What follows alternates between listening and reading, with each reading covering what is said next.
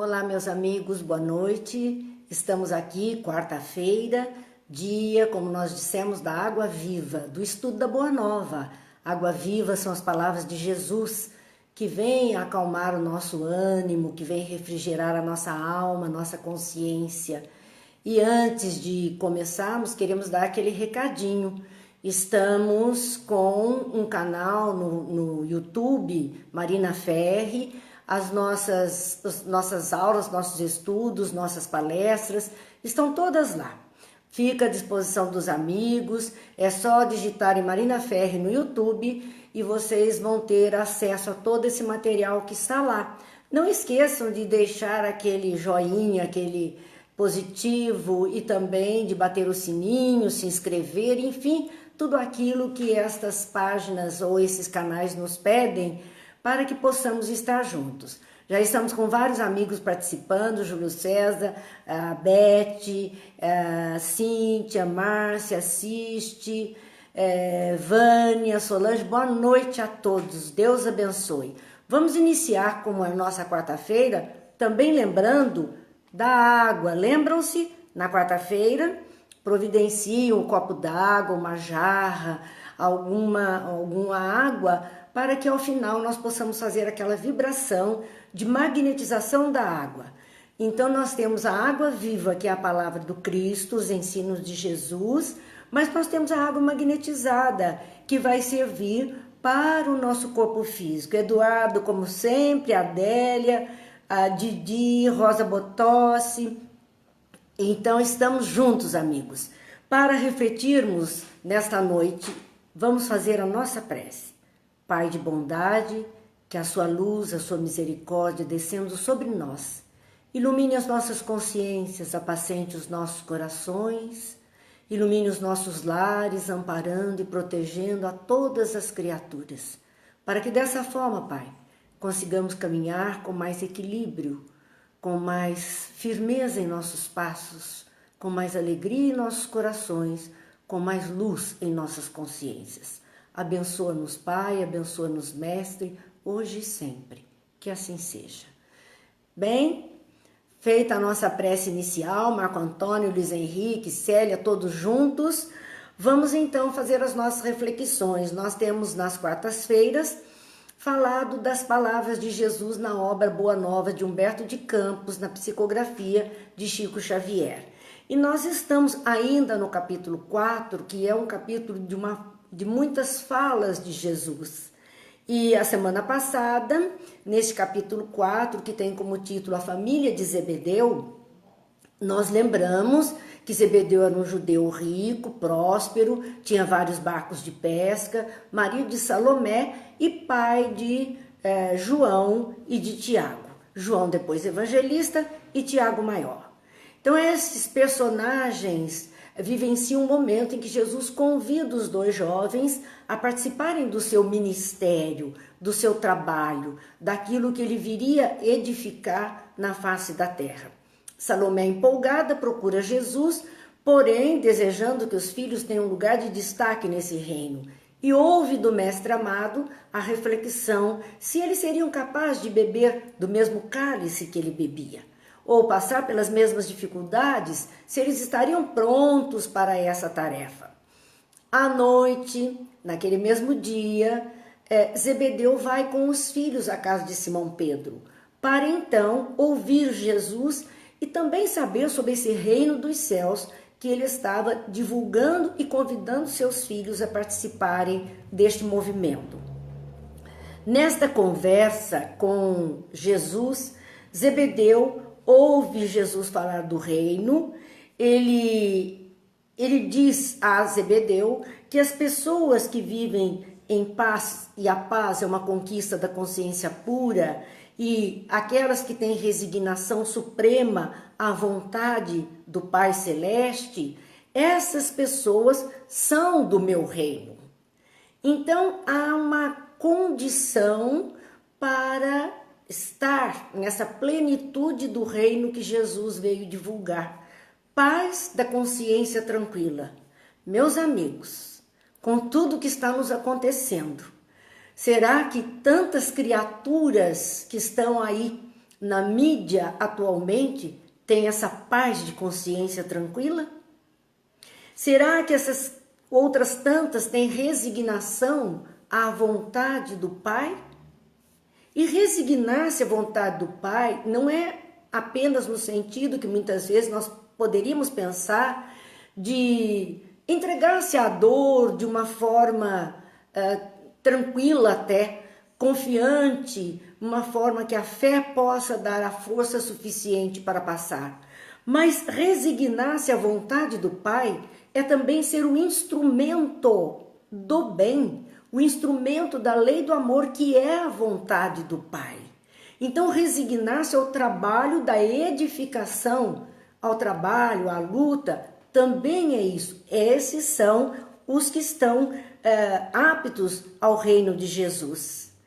Jesus continua nesta conversa dizendo que os homens, de um modo geral, não entendiam esta proposta que transcende a materialidade terrena, porque para os homens, paz na terra é sinônimo de ociosidade, de fazer nada. E resignação seria somente um costume, uma viciação de um sentimento sem uma consciência e uma aceitação plena para fazer alguma coisa. Então, Jesus diz a ele naquele momento que ele trazia armas para que o homem pudesse combater os inimigos que lhe subjugam. E não são só inimigos externos, materiais ou espirituais, mas são inimigos internos, que estão em nós, sentimentos menores, mais difíceis, mais complicados, aqueles que verdadeiramente dificultam o nosso caminhar. Então nós trazemos muitos inimigos internos que dificultam a nossa melhoria, o nosso progresso. Por conta disso, ele dizia que esses inimigos nos subjugam o amor. E ele diz: não descansarei enquanto não tocarmos o porto da vitória. Há um porto de chegada para todos nós, e é a vitória sobre nós mesmos, sobre o homem novo, sobre o homem velho, a vitória sobre as condições do planeta, a vitória do bem sobre o mal. Enquanto tudo isso não se estabelecer, com certeza Jesus não nos abandonará. Seu Patrício, uma alegria ter o Senhor conosco. Helena, Juliana, é um prazer. Vamos lá então às reflexões de hoje, neste diálogo, na continuidade deste diálogo de Jesus com Zebedeu. E ele diz: há homens poderosos no mundo que morrem comodamente em seus palácios, porém sem nenhuma paz no coração. Há alguma dúvida sobre isso? Criaturas que estão numa condição de vida material abastada, uma condição de fausto, de riqueza, e às vezes vão fazer o seu passamento, vão desencarnar no próprio lar, ou quem sabe em hospitais particulares muito caros, com apartamentos nobres, porque podem pagar por isso. Mas Jesus dizia a respeito, sem nenhuma paz no coração. Tudo em torno dele refletindo o bem-estar e a paz, e a alma em conflito interior. Por conta de desespero que ele está carregando, porque tem a consciência, conforme Jesus diz, ele traz a noite na consciência, ele traz a treva, ele traz a dificuldade, a consciência está sobrecarregada. E isto martiriza o homem. Por fora, tudo muito bonito, mas por dentro aquela alma sofrida, quando a consciência desperta está mostrando a ele a improbidade que ele se colocou, a dificuldade que ele se posta, a enganação que ele fez, enfim, sua alma, sua palma, como diziam os antigos. Na continuidade, Jesus ainda diz, falava primeiro dos homens poderosos, quer dizer, o poder material, o luxo material, a riqueza material não garante à criatura, entre aspas, o bom lugar no mundo espiritual. Não que todas as pessoas que tenham posses passarão por dificuldades, e nem que todas aquelas que não tenham também não passarão. É uma questão de foro íntimo. O que é que nós estamos fazendo com aquilo que Deus nos concedeu para fazermos o melhor? Há lutadores de Jesus que morrem na batalha, de muitas vezes vencidos e humilhados. Estão ali, estão na luta e, no entanto, vencidos e humilhados, mas desencarnam com serenidade, mesmo na batalha. Fátima, boa noite, Ubatuba junto conosco também, né? O Eduardo, a Fátima, todos juntos. Silvia, obrigada. Lembrem, vão ao canal Marina Ferri no YouTube, tem lá a inscrição, o sininho e tudo que nós temos falado, nós estamos deixando registrado lá. Com certeza veremos com auxílio de uma grande amiga aí de Ubatuba, colocarmos então material para as nossas reflexões, para os nossos estudos, para revermos a hora que pudermos, porque nem sempre podemos fazer as coisas na hora que queremos, não é verdade? Então, Jesus falava dessas criaturas que, mesmo na luta, mesmo no sofrimento, mesmo humilhadas, desencarnam com serenidade. Por quê? Porque combateram o bom combate, porque são confiantes em Deus, porque andaram na retidão, porque têm a consciência tranquila. Ele vai falar de outros, dizendo, outros ainda aplaudem o mal. Gente, se nós olharmos os comentários que rolam nesta rede de comunicação social que nós temos acesso, nós vamos ver quantas pessoas se comprazem no mal, em divulgar o mal, em mostrar o mal, em aplaudir o mal, aplaudir as enganações, aplaudir tudo isto. Jesus já dizia desse comportamento humano, dizendo de pessoas que aplaudem o mal, numa falsa atitude de tolerância. E às vezes, alguém posta alguma coisa indevida e aquele outro que está lendo fica sem graça de não dar resposta nenhuma e coloca lá um positivo. Isso é compactuar. É uma falsa tolerância, porque na verdade aquilo não me agrada. Seria mais honesto de nossa parte não registrarmos nada. Nem sim, nem não, passarmos e, se possível, descartarmos, porque as referências ao mal, as imagens que tratam do mal, esse aplauso ao mal, não fará bem a ninguém. Combater o bom combate é isto, Juliana, com certeza. É trabalharmos em benefício do bem. Parece que o pessoal está meio cansado mesmo desses dias, do estresse do momento que estamos vivendo. E a gente está vendo, graças a Deus, alguma coisa assim, vamos colocar uma flor, uma rosa, um abraço virtual, vamos colocar só palavras boas, porque estamos saturados. Há canais de televisão que você liga e é 24 horas por dia, repetindo a mesma notícia, dando ali uma escalada da doença ou da morte ou das condições. Enfim, gente, é um bombardeio mental que começa a adoecer as pessoas.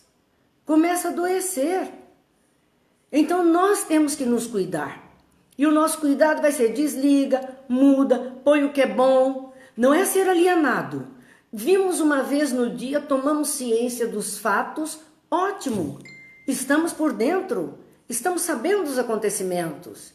Estamos cumprindo a parte que nos compete, mas nós temos que cerrar fileiras nas expressões do bem, para aliviar, porque muitas pessoas fracas em si se entregam à onda negativa, partem para o desequilíbrio, partem para as depressões, para as angústias, e isso não leva a nada, porque nós sabemos, tudo passa, e isso também vai passar.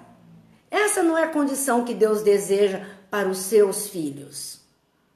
Então, vamos combater o bom combate. Vamos fazer o que Jesus está nos pedindo para que ao desencarnarmos, e faremos isso um dia, todos fazem, por que não? Tenhamos serenidade, consciência tranquila, paz no coração, por sabermos que fizemos a nossa parte. Por pequenina que seja, qualquer contribuição no bem realmente vale a pena. Alegria, música, coisas boas para todos nós. Algumas coisas estão acontecendo nos lares e boas. Nós temos visto alguns psicólogos dizendo, olha, procure passar o seu dia, ocupar o seu tempo fazendo coisas que você gosta ou coisas que você gostaria de aprender. E ainda falar, vá cozinhar. De repente você pega gosto pela cozinha, começa a fazer um prato novo, busca uma receita diferente e o tempo passa e aquilo sai com muita alegria. Um amigo nosso que é médico aqui, ele diz assim, quando terminar tudo isso, eu estarei especialista em cuscuz e brigadeiro. E postou fotos dele na cozinha fazendo cuscuz e brigadeiro. Feliz da vida, lambendo a colher de brigadeiro. Então, nós precisamos ter essa reação para que esses dias não se tornem tão pesados, tão sofridos em nós. Jesus nos chama como verdadeiros discípulos, dizendo, verdadeiros discípulos das verdades dos céus, e aí ele vai mostrar quem são os verdadeiros. Não aprovam o erro, nem exterminam os que o sustentam. Não se Jesus dizia que ele não condenava o pecador, ele condenava o pecado. Aquele engano, não a criatura que agiu enganada. E ele disse, não aprova o erro, está errado, é errado. Não tem a questão de ficar no meio da história. Aquilo que não condiz com a lei do amor, aquilo que não condiz com a ética, com a moralidade, nós não podemos aprovar o erro. Não aprova o erro, nem extermina os que o sustentam, porque pessoas sustentam o erro, sustentam o engano. Então, não por isso vamos ter atitudes de violência para com essas criaturas. Trabalha pelo bem, porque sabem que Deus está trabalhando. E como sabemos disso? O próprio Jesus disse, eu trabalho, meu Pai trabalha até hoje. Dizendo que Deus não parou de criar, Deus não parou de permitir que coisas vão surgindo, mundos vão surgindo, almas vão surgindo, Ele não parou.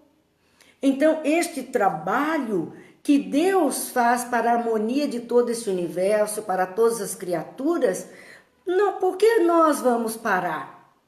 Nesses momentos em que estamos obrigados a parar por lei, quantas pessoas desejosas de voltar ao trabalho? Quantas pessoas querendo ocupar-se de alguma coisa e impedidas? Então temos que encontrar meios de trabalhar que não os habituais, mas descobrir outros caminhos para criar, produzir, fazer alguma coisa, nos ocuparmos. O trabalho é salutar, o trabalho é importante. E nós estamos mais do que nunca descobrindo agora a importância de tudo isso. Não queremos ser todos nós dependentes do governo por uma taxa qualquer que ele possa nos oferecer. Não queremos ser aquelas criaturas paralisadas. Uma professora disse assim, eu não quero esse dinheiro, eu quero voltar para a escola. Então, nós queremos o trabalho. E precisamos colaborar para que o mais rápido possível tudo isso possa voltar ao patamar do fluxo da vida. Eu não digo voltar ao patamar anterior, porque senão estaríamos com certeza voltando a erros que já praticamos, mas ao fluxo, com uma nova postura, com uma nova consciência, com um novo desejo para fazer tudo poder caminhar. Jesus dizia a Zebedeu naquele instante, vê Zebedeu, Ele chama para que ele veja. Ele não diz olhe, porque olhar, nós dirigimos o olhar para lá ou para cá, identificamos alguma imagem. Quando ele pede ver, ele está pedindo profundidade no olhar, percepção de algo que às vezes transcende o próprio olhar. Então, vê, Zebedeu, nosso reino é de trabalho perseverante pelo bem real da humanidade inteira. Para o cristão, para aquele que se espelha em Jesus, nos seus ensinamentos, não há barreira de idioma, de raça, de posição social, de credo, de grupo político, não há. É trabalhar pelo bem geral, pelo bem de uma humanidade inteira, porque nós descobrimos isso desde o início dos anos 2000, quando surgiu a condição da mecânica quântica, onde se falava que o bater de asa de uma borboleta na Austrália causa um movimento aqui em nós, e talvez as pessoas achassem que essa fala era demais, que essa fala não representava bem a história. Agora nós estamos vendo que representa. Que qualquer coisa que aconteça do outro lado do mundo, apenas um vírus, algo microscópico, nos atinge em cheio aqui. Então não é mais uma questão de um povo, a questão é uma humanidade terrena. E nós, independente do continente que estejamos habitando, da língua que falemos, da raça onde estamos envolvidos, da posição social, da condição intelectual, estamos todos partícipes da humanidade terrena. E é por isso que precisamos trabalhar pela implantação desse reino que é a lei do amor na humanidade terrena. Claro, não somos os grandes missionários da vida, como tantos se apresentaram na face da terra, mas somos pequenos tarefeiros do Senhor, onde estivermos, junto da família, do rol de amigos, dos companheiros de trabalho, do ambiente onde estejamos, sejamos nós aqueles que estão trabalhando pelo bem da humanidade terrena. Além deste ver que Jesus chama Zebedeu, quer dizer, então observe algo, olhe bem a razão disso, ele vem em seguida e diz, ouve Zebedeu. E é muito interessante, porque ele nos diz, escuta, escuta o barulho, escuta essa fala, escuta essa voz. Não, Jesus não chamou a atenção para um som, ele chamou a atenção para que aquilo que nós captamos como som, nós possamos decodificar em nossas consciências em forma de ensinamentos, de observações. Isto tudo é que nós estamos precisando. A Rosa está dizendo, Deus nos dá o recolhimento para que a natureza se fortaleça, as águas fiquem limpas e que enxerguemos os mais próximos de dentro de casa. Verdade, Rosa, mas não é só enxergar. Agora perceba o que ele diz a Zebedeu. Ouça, porque às vezes a gente está junto, está até vendo, mas não ouve, ou escuta o ruído daquela voz, mas não ouve o que aquela voz está dizendo e que muitas vezes não está oralizado em palavras, mas no tom que aquela voz nos chega. Então esse ouve, nossa causa não é a do número, é a da verdade e do bem. Jesus dizia que ele não precisava de muitos seguidores, perceberam tanto que ele escolheu 12. 500 da Galiléia acompanharam Jesus, resumiram em 72. Lá, no final da missão, daqueles 3 anos, eram apenas 12. E lá, no momento da cruz, a gente vê um junto com Maria. Mas Jesus não precisava de muitos trabalhadores. Ele precisava de trabalhadores conscientes. Então, ele disse, a nossa causa não implica em números de criaturas, mas sim na causa da verdade. Nós conseguimos voltar. Então nós vemos Jesus dizendo a respeito de que a causa do amor, a causa do bem, Ele não está falando de religião, ele está falando de atitude, de amorosidade, de amor ao próximo, de fraternidade, de solidariedade, de desinteresse da ação do bem pelo bem. Essa será a causa, num futuro, do mundo inteiro. Ainda não é. Sabemos muito bem disso. Sabemos muito bem. Ainda não é. Mas até que isso aconteça, que com certeza será esse mundo de regeneração, esse mundo feliz que aguardamos, precisamos esmagar a serpente do mal sob os nossos pés. Então, há um trabalho a ser feito agora. Agora! Esmagar a serpente do mal. Ele compara este mal como aquele réptil que se introduz em ambientes e é peçonhento e vai querer destruir vidas. Então nós temos que ter atenção com isso.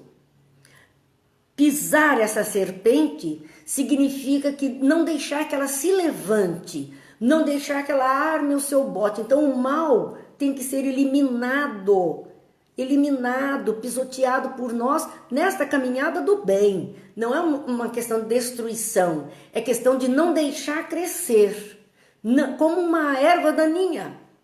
Ao ser muito pisada aquela erva, ela acaba se consumindo, desaparecendo. É como uma erva daninha. Por enquanto, o número pertence aos movimentos da iniquidade. E é interessante a gente observar Jesus dizer: o número pertence ao movimento da maldade. Iniquidade é a maldade. É isto. A Andréia, não se preocupe, você perdeu um pouquinho hoje, mas depois você pode ver lá no canal, lembra? Marina Ferri lá no YouTube, você vai poder ver, daqui um pouquinho já estará lá. Então, quando nós vemos Jesus dizendo aqui, por enquanto, o número, quer dizer, a quantidade de pessoas pertence a esse grupo da maldade, dos mal intencionados, daqueles que verdadeiramente não pensam no seu próximo.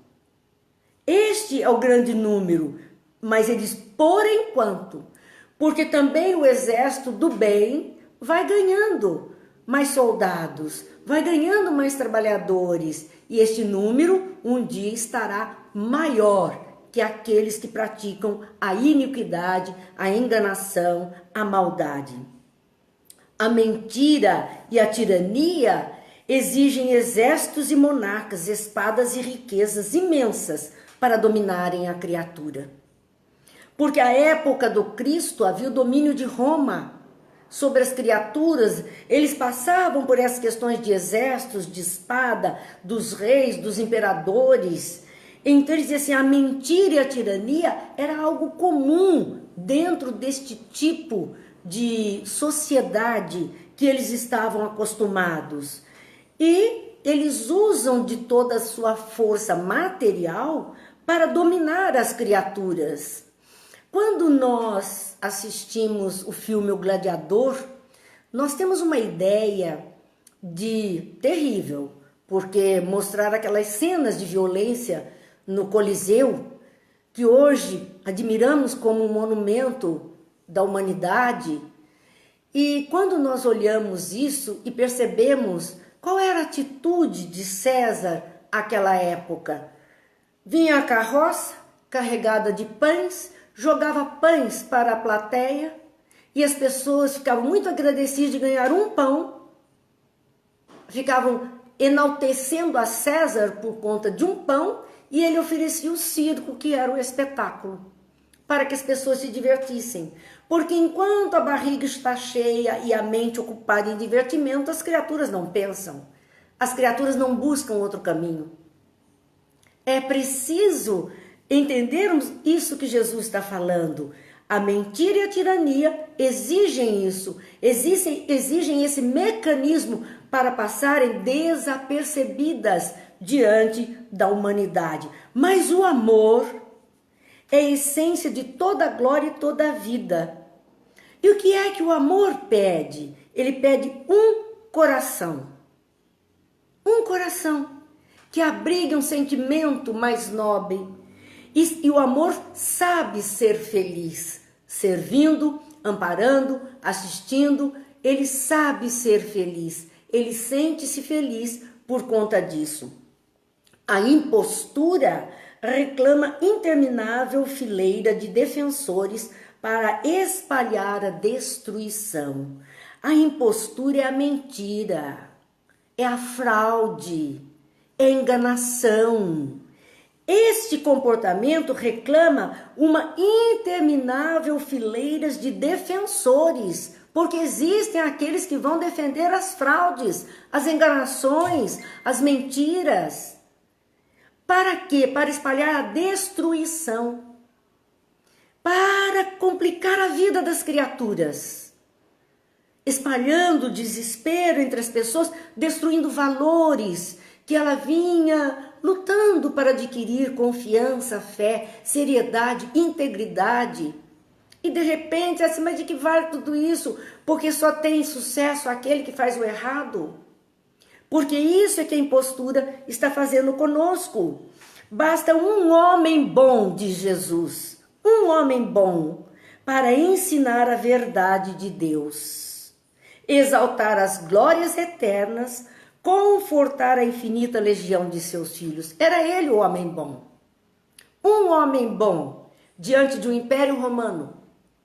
Um homem bom diante de uma sociedade difícil, que destruía a classe mais pobre, colocando-as como escravizadas aos seus senhores. Bastou um homem bom para ensinar a verdade de Deus. Então, nós podemos ir nos tornando criaturas mais generosas, mais bondosas, mais amenas, e o pouco da verdade que já conhecemos desta lei fantástica que rege todo esse universo, com certeza, este pouco já é muito para quem nada tem e poderemos oferecer. Exaltar as glórias eternas. Vamos louvar, vamos agradecer, vamos orar, vamos aos cânticos. Vamos fazer isso juntos para confortar a infinita legião de seus filhos, porque existe uma legião de criaturas desesperadas, desesperançadas, aflitas, angustiadas, que às vezes somente um aceno, uma palavra boa, um recadinho, um sorriso vai confortar aquele coração, vai melhorar o estado daquela criatura. E Jesus então faz uma pergunta a Zebedeu naquele instante: quem será maior perante Deus? Quem é aquele que terá mais valor? A multidão que se congrega para entronizar a tirania esmagando os pequeninos? Porque é isto mesmo, há uma multidão, ele falava em números. Muitos elementos voltados ao mal, voltado à intenção de prejudicar, de enganar, de explorar, de tirar proveito. Essa multidão que se congrega para entronizar a tirania, ou seja, para enaltecer a tirania, para colocar a tirania à frente de tudo. Entronizar, dar o trono, dar o valor maior à tirania. Esta multidão que esmaga os pequeninos, será que é isto que tem valor diante de Deus? Ou um homem sozinho e bem intencionado que com um simples sinal salva uma barca cheia de pescadores? Porque foi isso que ele fez. Naquela noite de tempestade, quando a barca estava cheia de pescadores e ele estava presente, ele estava dormindo e veio aquela tempestade horrível, aquele temporal horrível. Então, os seus discípulos ficaram muito amedrontados diante do fenômeno da natureza, diante daquela força que até então eles achavam que não tinham condição de dominar. Então Jesus é chamado, é acordado: mestre, mestre, nós vamos perecer. Jesus então olha para aquela tempestade, levanta-se, estende as mãos, e simplesmente diz: acalma-te. e a tempestade parou. Porque aquela tempestade era provocada por espíritos perturbadores. Alguns chamariam de demônios, outros espíritos inferiores, espíritos maus. Não importa o nome, mas ela estava sendo provocada. Era uma descarga magnética, fluídica, magnética, negativa. E ele simplesmente diz: acalma-te, àqueles que ali estavam promovendo a desordem. Como a força maior é de quem tem maior moral, maior condição, os menores se calaram. E por isso a tempestade passou. Então, o que é que agrada mais a Deus? É fazer parte desta onda de criaturas envolvidas com o mal, destruindo os outros?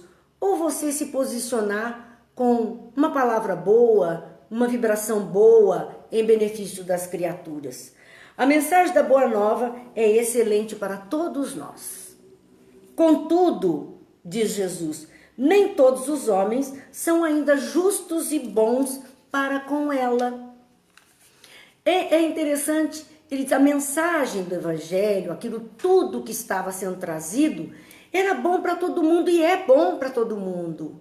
A sua mensagem de amorosidade, como nós sempre dizemos, não é para esta ou aquela religião, é para todos os filhos de Deus. É um comportamento de mudança que nós todos precisamos providenciar, de tolerância, de paciência, de auxílio ao próximo. São essas referências que Jesus nos trouxe. A mensagem é perfeita. Mas o que diz ele? Nem todos os homens são ainda bons e justos para com elas, porque nem todos os homens usam dessas informações da forma adequada. Muitas vezes distorcem em benefício próprio. E isto é o que pesa mais. É por isso, diz Jesus, que o Evangelho traz consigo o fermento da renovação. É isso, a mensagem do Cristo é uma mensagem para a nossa renovação, para a nossa transformação interior. E é ainda por isso que deixarei o júbilo e a energia como as melhores armas aos meus discípulos. Olha as armas que ele nos ofereceu para vencermos a nós mesmos, para vencermos as dificuldades que chegam até nós, para vencermos as ondas de vibrações negativas. Duas armas, júbilo e alegria. Júbilo é algo que explode em nós, é uma alegria muito grande. E a energia, júbilo e a energia, a força, a energia positiva, através do bom pensamento, através da boa palavra, através do bom sentimento, nós vamos renovando esta energia interna que vai extravasando de nós e vai contaminando outras pessoas. Ele deixou isso, força, força no bem, força, alegria na prática do bem.